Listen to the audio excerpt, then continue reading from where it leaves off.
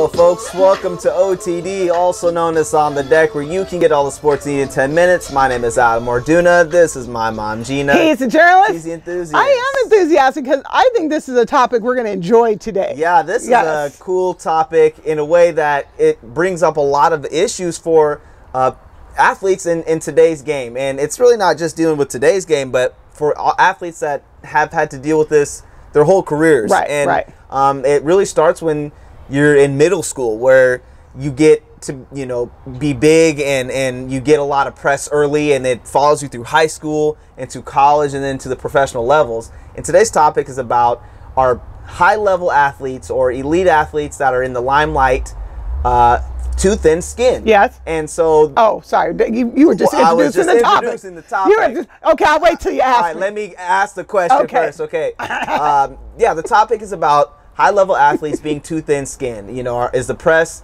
you know, too harsh on some of these athletes that are at the top of their game? And so now I'm going to ask you. Okay, I'm ready.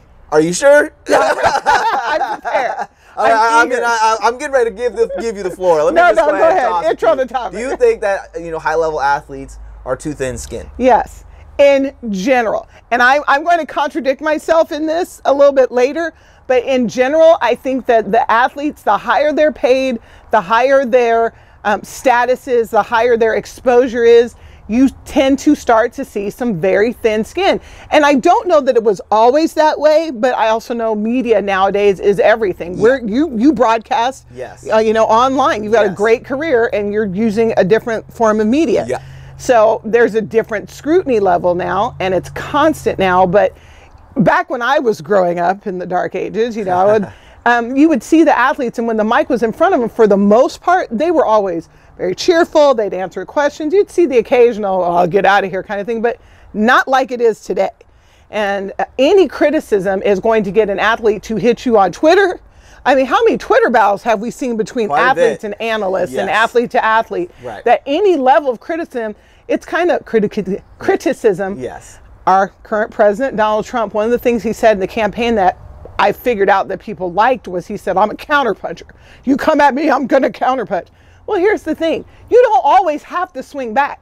It's kind of the antithesis of being a Christian. You're actually supposed to turn the other cheek. Right. Sometimes you walk away. That doesn't happen.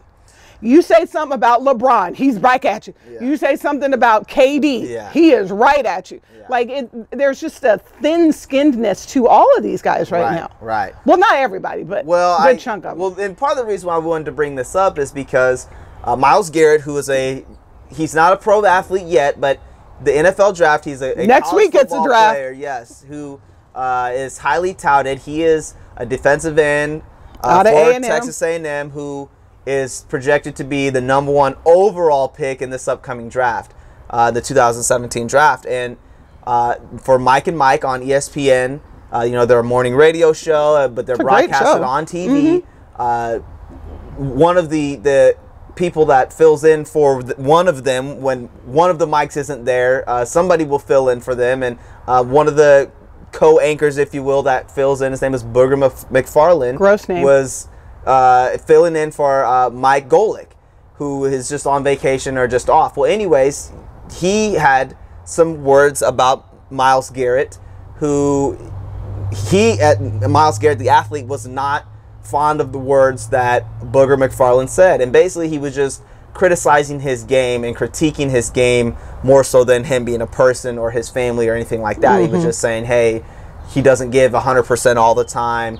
Is this guy truly worthy of the #1 overall pick? Right. And so Myles Garrett was doing the ESPN campus tours where he's on all the shows and, you know, visiting the sets and things like that. And so he was supposed to be on Mike and Mike, I think, one of those mornings, and elected to not be on the show due to the comments that Mr. McFarland said about him. And so this fits right into what we're talking about, because he is a high-profile, you know, a highly exposed athlete, and is about to potentially be the #1 overall draft pick in the NFL draft. About to become a very rich man. It's a huge deal. And so is this fair for him to be able to say, hey, I don't like what you said about me, even though somebody was just talking about his game, you know, and how he goes about the game or how he plays the game?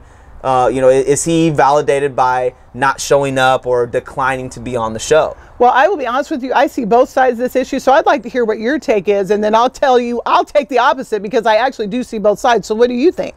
Well, I'm going to say for any athlete that's now at the professional level, if you're transitioning into the professional level, this is just something you're going to have to deal with. I don't agree necessarily with someone maybe, taking shots at you because people should be trying to uplift you. I agree. It's hard to do something at a high level every day consistently, time in and time out. But this is just part of the job, right, wrong, or indifferent. This is just what you have to deal with. And so the topic of being too thin-skinned, yes, athletes are too thin-skinned at times. I feel like if someone is saying something about you that you don't agree with, you don't always have to say something. You can just continue to prove them wrong by doing better than what you did do. Maybe if you did have a bad performance, maybe just own up to it and just go out and kill it the next time. So for me, I feel like there are a lot of athletes that have been babied their whole life. They've been had the red carpet rolled out for them for everything that they've done. So when someone does make a comment that they may not agree with, they can be thin-skinned about things. But this is something that you will have to go through throughout the rest of your career as long as you're in the professional levels and you are a premier athlete. So for me, as far as Mr. Garrett goes, I feel like he should have still went on the show and just said, look, I don't agree with you, Mr. McFarland. I'm the #1 overall draft pick. You don't have to like me or not. This is who I am. So that's just my take on that. It's hard to disagree with that because I think you make excellent points. The only thing, after I already argued that, yes, I think they're thin-skinned, the second part of this I see is I'm talking about athletes who've already gotten theirs.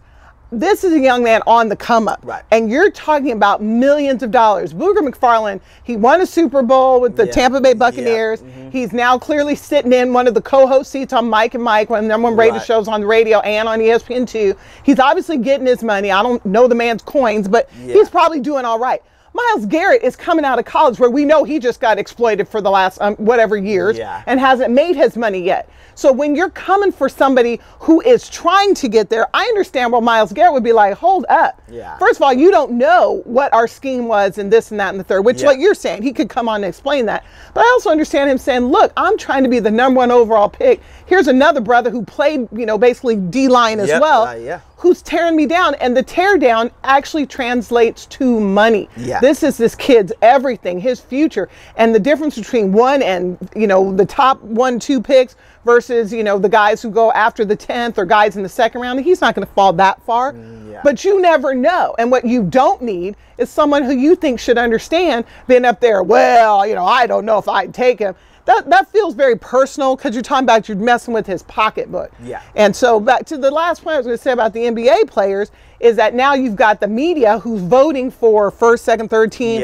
And a lot of these guys have bonuses in their contract based on that. So they're telling media people whose votes are public, if I find out you didn't vote for me, you're not getting interviews anymore. You know, that little exclusive you got in the locker room, that's done.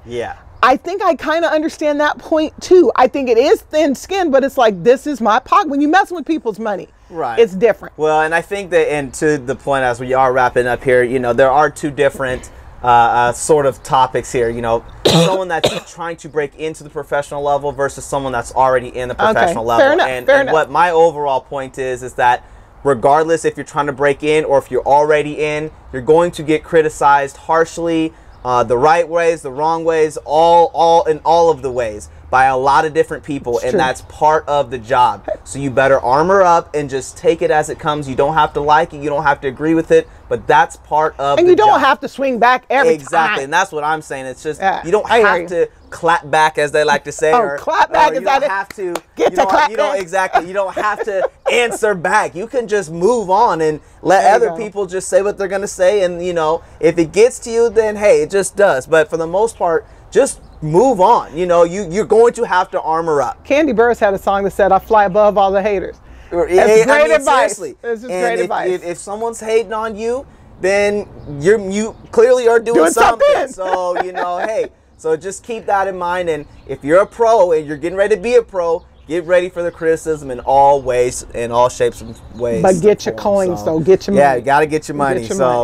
You know, it's just one of those situations where it's going to continue to happen for all athletes. So anyways, we just want to say continue to follow us on Facebook, on YouTube, and on Twitter. But don't say mean things.